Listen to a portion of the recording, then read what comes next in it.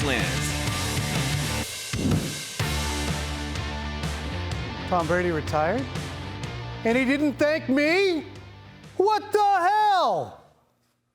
We got a lot to get to in the next 22 minutes or so. We're, of course, going to have Meghan Ottolini. We are going to go deep on the Brady retirement. Matt Cassel, Phil Perry will join. Here's the game plan for today's Quick Slants. Presented by Shaw's, your game plan is. They're perfecting the art of fresh. First up, what about us? Second, why now? Of course, as I mentioned, Phil and Matt Cassel will join us. And we're going to get to a little Patriots talk, and that's Mac sans Mickey D. But before we hit all that, let's hit you with my slant, ladies and gentlemen. And there's something telling to me about the fact that on the day Tom Brady officially announces his retirement, Patriots Nation collapses in a collective heap of self-pity, outrage, and indignation because he didn't specifically mention them. Ever brand aware, Brady tweeted out a couple hours later, "Love you guys too," which of course was met with a chorus of, "That's not enough!" Collectively, they've whipped the apology and the flowers at Brady's face. Is this all noteworthy? Yeah, it is that he didn't mention the Patriots at all, and I tweeted that. Here it is. Big fixation right now on the fact Brady didn't mention the Patriots. I guess it's worth noting, hold off on the torches and pitchforks. He liked it here. He said it when he left the first time, all right, you weirdos? Some people agreed with me. You know, like Bowser, okay? Bowser, you can read it right there. And then next up, we had Matt K97. Plenty of praise for the Crafts. Belichick, Patriots at a later date. He was retiring as a member of Tampa. Next one, we got Jimmy U. Consider me one of the overreactors. Fair play. However, when you're in the seventh stanza thanking the grounds crew in Tampa Bay, this is one of the guys who didn't agree with my tweet. And then James said this is the equivalent of MJ retiring with the Wizards and not mentioning the... And then, of course, somebody had to get nasty. Okay? Foley here, get you. What the hell? Foles and Jake Kells. This is the last one. Awful take, you idiot. I added that in myself. Meanwhile, even with the love you too, it seems like the damage is done for some. But to me, it's worth a not a. When can you unholster your indignation about this? Well, first, I want you to wait to see if Brady does the ceremonial sign a contract, retire a Patriots song and dance. That's what the Patriots did with Willie McGinnis back in 2015. That was important to Willie. Patriots, I'm sure, would love to do the same thing with Tom Brady. But if that doesn't happen, you can then surmise that Brady thought to himself, well, you know what? You want me to come back and sign a contract now? But I was asking in 17, 18, and 19 to have a contract, and you didn't want to do it? So now I should come back for a photo op so you guys can re-sign me and say I retired a Patriot when I told you all those times I wanted to stay? Don't you think that's a little hypocritical? Robert, Jonathan, Bill, I don't really think that's something I want to be engaged in. Then if Brady does that, then you can unholster and start to let loose with your bile and agitation. Because when you're Tom Brady and you thank the Patriots once, and you had to go someplace else for 2 years to prove the point you could still play, if you want to give the needle back a little bit in January of 2022, I think you can do that. I think you can do that, Meg. It's a tough day for you, I see. This is my Italian widow dress. What do you think of it? Today, on the day of Tom Brady's retirement, you bring me this. Sorry for your loss. What do you think of all that? Here's the thing. The reason that Patriots fans are so up in arms about this is because it was a crafted statement. Yes. And we know that everything that Brady does is so controlled. It was a crafted with a big C. And looking at it, it's the intention. It's the intent, Tom. It is. The omission is very intentional. It didn't happen by accident. He wasn't up there just talking on a stage, receiving an honor or something like that. So do you think it is unfair to the fans, or are they, in my estimation, I think they're collateral damage in a greater point that he's making toward the Patriots organization? And it's not so much just Bill. Because every time he talked about his contract and he talked about extensions, he'd say, ask Robert. Robert Kraft handled Tom Brady's extensions. Tom Brady knew that Robert Kraft would swoop in and be the guy who saved that. And Robert Kraft did a Pontius Pilate with Brady and said, it's up to Bill. So to me, this is, and I don't think this means he doesn't like Robert Kraft or Bill Belichick, or there won't be many hugs and wonderful moments. But I just think on this day, he already thanked him. He's not going to thank him again. On this day, the day of Brady's retirement. The other thing is, look, this is the first shoe to drop. And actually, the first shoe really dropped over the weekend with the Schefter report from ESPN that the retirement was imminent, and then this happened today. We don't know what's coming next, whether it's the one-day contract or a video message or something from his Man in the Arena docuseries. We just don't know. So this is all a knee-jerk reaction because everyone's so emotional. Don't expect a one-day contract. Informed opinion. It could change, but do not expect a one-day contract for the exact reason I articulated. He ain't coming back to sign a contract after he begged you for a contract as long as he did. He'll be back, but it's not going to be retiring as a Patriot. They had a chance to make him do that. You got a Meg-A Hot Take? Yeah, now that you kicked them, let's give them something a little hopeful. But it's not here. Patriots fans. What do you got? Well, I'm going to point out the silver lining to all of this for Patriots fans. Your biggest distraction outside of the walls of Gillette Stadium has retired. I'm sorry to put it so bluntly. I know one of the many commandments in Foxborough is to ignore the noise, but it's impossible to believe that members of the Patriots never looked south to Tampa on Sundays or in the postseason to say, hey, how's he doing compared to how we're doing? This is a fresh start, a near clean slate for Belichick's next generation of Patriots. No more in-season unofficial scorekeeping, no more Brady Jones showdowns on the horizon. It's a little bit of a bummer for us, but it's a good thing for your team's mental focus. Trust me, I work in sports media. I am the noise. You are the noise. Great stuff. I appreciate that take. And I also look at this, it's not just a void for the Patriots to revel in. It's a void for the NFL to try and get its mind around. And we're going to get into some of the chaos that the NFL is going to have visited upon it because of a Brian Flores lawsuit. But also, you've got the driver of the most compelling television we've seen in the last 25 years retiring from the game. Tom Brady provided more great television for the NFL and America than anyone else. And again, when we think about this consternation about not being thanked, shouldn't we be thanking Tom? I said as much on Twitter, and we've gone through this before. The good side of this for the NFL is that it's not going to be a Jordan-esque void that's left like the NBA had after Jordan retired. There are great young quarterbacks coming up. They might not be the GOAT, but they have shown in these playoffs they're pretty fun to watch. They can be Cavs. All right, I'll show you a couple of Cavs right here. Coming up after the break, we got Cassel, we got Perry, we got more breakdowns. We are loaded up on Slants tonight. Don't you move. Brought to you by Dr. Lepresti and Leonard Hair Associates. Good head of hair on Tom Brady. He made a nice comeback too, didn't it?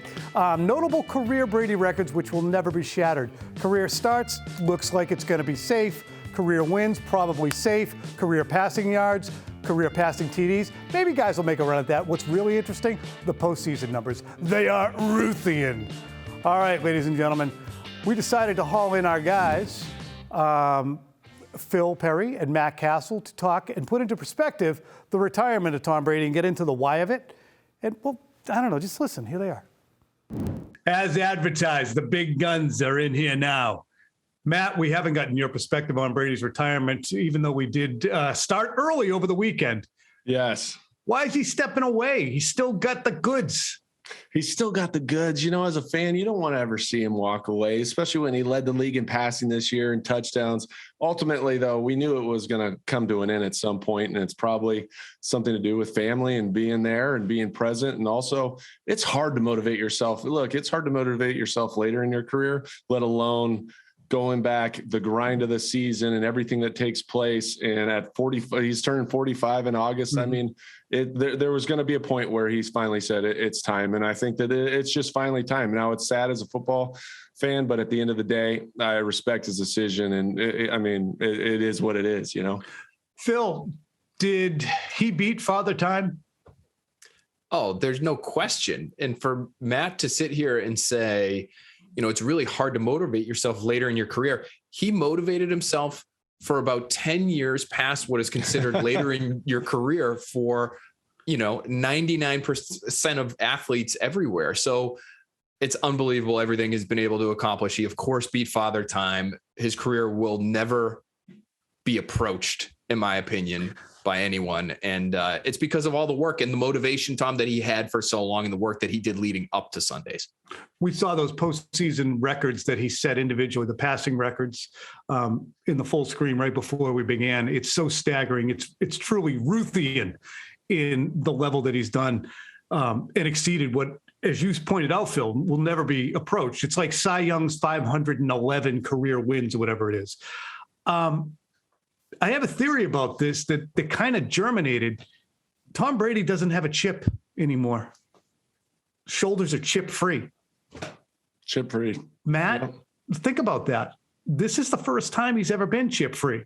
Even in 08, 09, okay, I'm coming back from an ACL. 2010 still continued. 2014, it was fueled by Jimmy Garoppolo. 2018, 19, and into Tampa Bay, fueled by, they don't think I can do it at this age. No chips anymore. No chips anymore. And you know what? It's got to be refreshing for him. But that's the way that he always motivated himself. He found something that was bulletin board material or something that he could put in the back of his mind. And that was the amazing part about his approach, was every offseason. And I worked out a number of off seasons. He lived in California for a while. And it was always amazing to see his work ethic and how he approached the game. And he was diligent about making sure that he got his work in and day out. He would go in the throwing sessions, which Julian Edelman can contest to, and all these different guys that have worked with him.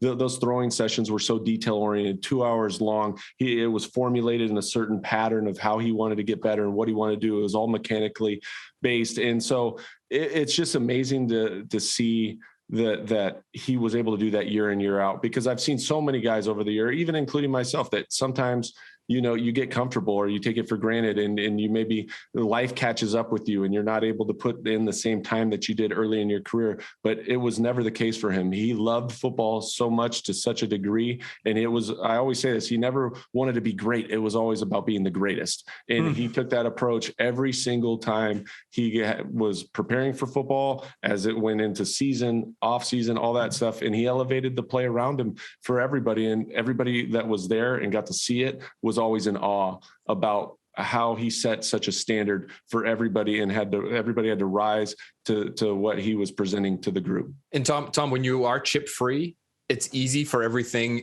else in your life, off the field, away from football, to pull at you. And I think that must be happening to a large extent right now too, whether it's his family, whether it's a number of these other business opportunities that we know he wants to pursue, that he made mention of. He made sure to make mention of at the end of his lengthy statement that he released today on social media. So there are other things now that maybe he'll be able to find that chip elsewhere. Maybe others are looking at his NFT projects and they don't think they'll be able to succeed because it's just Tom Brady and he's just an athlete. I doubt it, but maybe he'll find some bulletin board material somewhere else in his life. Okay, in his statements released on Tuesday, nary a mention of the New England Patriots, which it's worth noting. But it has been more than noted on social media by Patriots fans. They are alternately upset, hurt, offended, and angry. And again, it's worth noting. I would say it's not time yet for the torches and pitchforks, but I think people have skipped right to the torches and pitchforks, Phil. People are emotional, Tom, and we don't want to offend them any further with what we might say on this podcast, because we don't want torches and pitchforks at our places of work. But it is noteworthy. I noted it. The first thing I read, I'm flipping through. No mention of the Patriots, no mention of the Patriots. But I think we do have to remember that just a couple of years ago, 2020, when he realized he wasn't going to be a member of the Patriots anymore, he released a lengthy statement about how he loves everyone on the Patriots, and the standard they were able to set as a group really meant so much to him. And so he has shared a lot of those feelings already. A lot of those are on paper. They're on the internet. You can go find them very easily. But I do get it. I do get that Patriots fans, although it is a little weird that you want acknowledgement on a day that is about Tom Brady and all that he accomplished. But I do get it that Patriots fans might be hurt a little bit that he didn't sort of doff his cap in their direction. I mean, I get it. They all did it together. You know, I think that there's a lot of kids who are named Brady. A lot. And dogs that are named Brady who are right now saying, he didn't say anything about us. But again, he's kind of on his details. And I can't imagine, especially after the way things really happened this year. I think that we talked about it on Saturday, Phil. They buried the hatchet. He and Bill did. There were no hard feelings. There was a philosophical difference, Matt. I don't think there's hard feelings. And to me, the absence of a Patriots salute, maybe there's that one-day contract where he wants to come back and resign as a Patriot. I think there's so much conversation about that right now, Matt. Right. That if he doesn't, Can you believe that? If he doesn't, oh man, then now people, then I would say, I guess, I'm sure that Robert Kraft asked him to, and he didn't want to do it.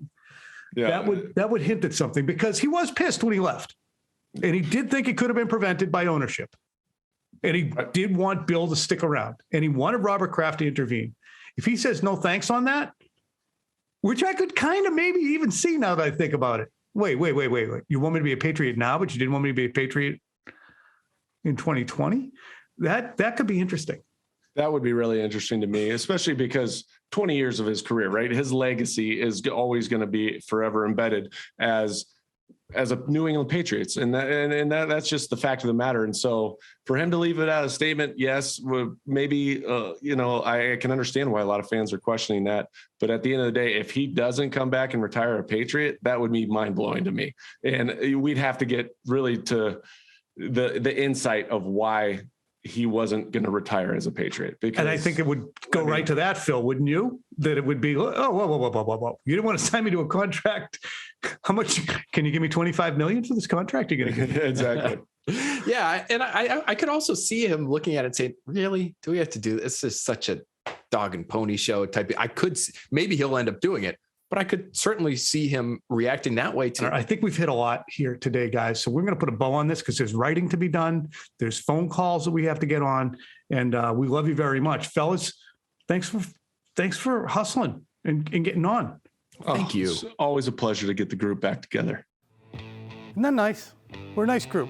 For more of Matt Cassel's thoughts on the retirement of Brady and Phil's, check out an all-new Patriots Talk podcast. You can find it on your favorite podcasting app or right on YouTube. You can find it there too. Coming up after the break, we're going to dive into what would have been probably a lead story on our show today, and that's the addition by the Vegas Raiders of that guy, Josh McDaniels. What's it mean out here? Stay tuned. Well, we took the temperature of Patriots Nation to see how they're feeling about the retirement. These NBC Sports Boston poll results are presented by Ford. Built for America, built Ford proud. Well, check this out. I mean, surprisingly close poll results, given that the most inflamed people have been the loudest today. But 41% are kind of miffed. 36% are like, whatever. And then 23%. And there's 23% of any office in America or any collection of people who are just confused anyway. So that makes some sense. Time now, though, for Quick Fire. Quickity quick fire. Nicely done. Why is it time now for TB's retirement? Why now, Tom? Meg, there's no chips on his shoulder. His shoulders are clean. He had to prove when he went to Tampa Bay that he could still do it at 44. He went and won a Super Bowl and had to follow that up. When Jimmy Garoppolo was drafted, he had to prove that he could beat back that challenge. 17, 18, 19, he had to prove to Bill Belichick he could still do it. On and on and on. Come back from an ACL, beat out Drew Bledsoe, throw 50 touchdowns. His entire career has been built on having to prove something. He got to the last mountain, saw nothing but flat ground out there ahead of him, and said, I guess I'm done. There's another mountain. Now he has to sell sweatshirts that just say Brady on them. Who's next for Mac Jones? Because Josh McDaniels is going out to the Raiders, going out west. Who's going to be the new guide for Probably Mac not Jones? Brian Flores. I would say, however, that there's a good chance that it could be Bill O'Brien. Bill O'Brien, former Patriots offensive coordinator, former Texans head coach, Alabama offensive coordinator right now, would be an easy fit. He's got experience with Mac Jones in that he was going into Alabama when Mac Jones was coming out. That would be a nice fit here in New England. He also has so much familiarity with, I'm doing my gestures, Andover? with the Patriots program, so it'll be a swoop back in. He's out of Andover and St. John's Prep. But speaking of the Patriots program, succession, how does Josh McDaniels' exit possibly affect the succession plan after Bill? Will it be Roman? Will it be Shiv? Will it be Kendall Roy? Okay, relax with your empire. Listen, there is no concrete succession plan right now. The reason, Bill Belichick has yet to provide any kind of a concrete timeline as far as I can gather. That being the case, you think to yourself, okay, you've got Casario left and Ziegler has left from the personnel department, Monty Austinfort, coaching staff, McDaniels, Gerard Mayo may leave. We've seen Flores go elsewhere. We've seen Joe Judge go elsewhere. I can keep going. I don't have to. The reason is you've seen a lot of gray matter go out the door. So do the Patriots look at this and say, you need to get a timeline from Bill because we're losing a lot of good candidates? near as I can tell, they're going to allow Bill to write his exit. They believe that Bill has earned that, and that Bill will let them know with plenty of time when they need to mobilize to make their decision. So what would you say are the odds that the successor is in the house right now? I honestly can't give great odds because I think Bill O'Brien would be a perhaps likely successor. He's not in-house yet. Gerard Mayo is in-house. Will he stay in-house? We just don't know what Bill's timeline is, so it's so hard. I think Stephen Belichick has been posited as a possible successor. I really don't think Stephen Belichick's interest lies in becoming an NFL head coach. I really don't. I've talked to him in the past about coaching in general, and it wasn't something that he seemed to have his eye on. So I would say Mayo, O'Brien.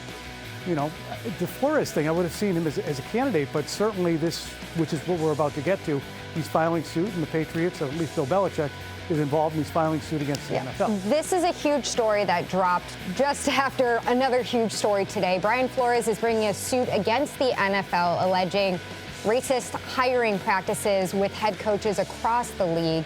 Obviously, neither of us have gotten to dig into the lawsuit itself, but most people have seen the excerpts out there on social media now. What do you make of this, at least at the very shallow level that we've gotten to look into it? The upshot of the suit is that Brian Flores is taking on the NFL for its teams executing basically what are called sham interviews to satisfy the Rooney Rule. The Rooney Rule demands that teams interview minority candidates for both head coach and GM. Now, Bill Belichick had texted Brian Flores congratulating him on landing a job with the New York Giants, and then realized that he had meant to text Brian Daboll. That was like a setup out of a bad rom-com or like Flores a bad Netflix show. Noted that he still hadn't even interviewed for the job. So that set off his antenna, and he in turn has said, okay, you know what, this is yet another sham interview. I'm going to just start emptying my bag of damning information.